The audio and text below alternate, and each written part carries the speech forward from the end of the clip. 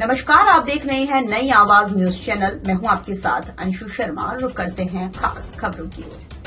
हजरत बाबा गुलाम जिलानी साबरी का सालाना उर्स सकुशल संपन्न उर्स में आए देश के कोने कोने से अकीदतमंद फैज की झोलियां भरकर अपने अपने गंतव्य को लौटे।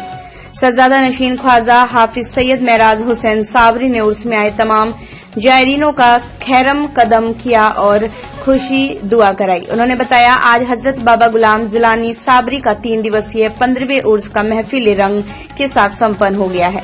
हजरत बाबा गुलाम जिलानी साबरी हजरत मखदूम अलाउद्दीन अली अहमद साबिर पाक के मजार शरीफ के खास खिदमतगार थे और हजरत मखदूम अलाउद्दीन अली अहमद साबिर के वाहिद महबूब मुरीद शाह विलायत ख्वाजा शमशुद्दीन तुर्क पानीपति के सज्जादा नशीन भी रह चुके हैं, जिन्होंने वहां पर भी अपनी खिदमत को अंजाम दिया है।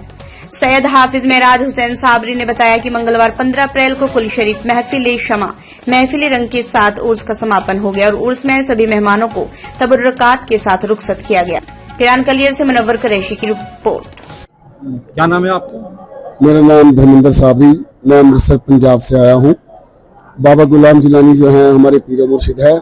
आज बाबा जी का 15वां उर्स मुबारक जो हुआ है, खत्म हुआ है, उसके मौके पर सभी पंजाब से, हरियाणा से, उत्तराखंड, यूपी, बिहार सभी लोग वहां से आए हैं और तमाम जितने भी पंजाब के हमारे बुजुर्गान दीन आते हैं, आज से नहीं, हमारे बड़े बुजुर्ग, हमारे दादे बाबे जितने भी हैं बड़े बुजुर्ग सभी यहाँ पर कलेशी की धरती पर आते हैं। सरकार साबिर पाक की चौखट से वाबस्ता है और बहुत ही हुजूर मखदूम पाक का जो है फैज पंजाब में क्या दुनिया के गोशे गोशे में जारी हो रहा है, मखदूम पाक का फैज।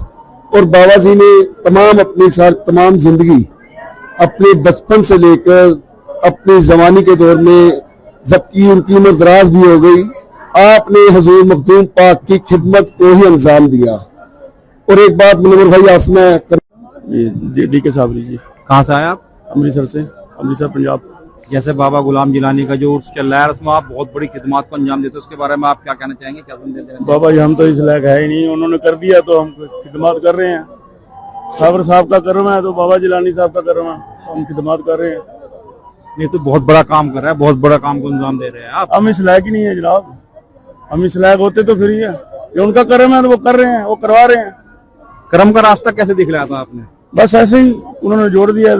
कैसे जोड़े आप? कोई मकसद तो होगा, कोई मामला तो होगा। बस ऐसे ही जुड़ गया। साबर साहब का जो हमारे भाई जो इधर आते थे उन्होंने इधर को निकाल दिया, हमको रास्ता मिल गया। और बाबा जी ने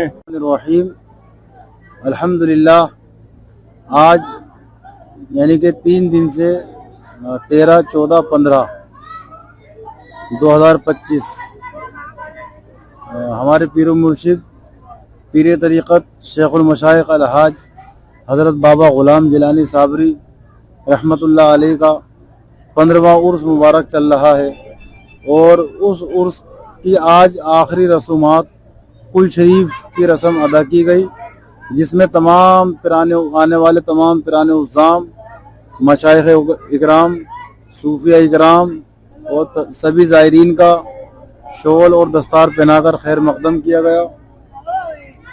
और पहले ही दिन से अल्हम्दुलिल्लाह आने वाले ज़ायरीनों के लिए लंगर आम का एहतमाम किया गया।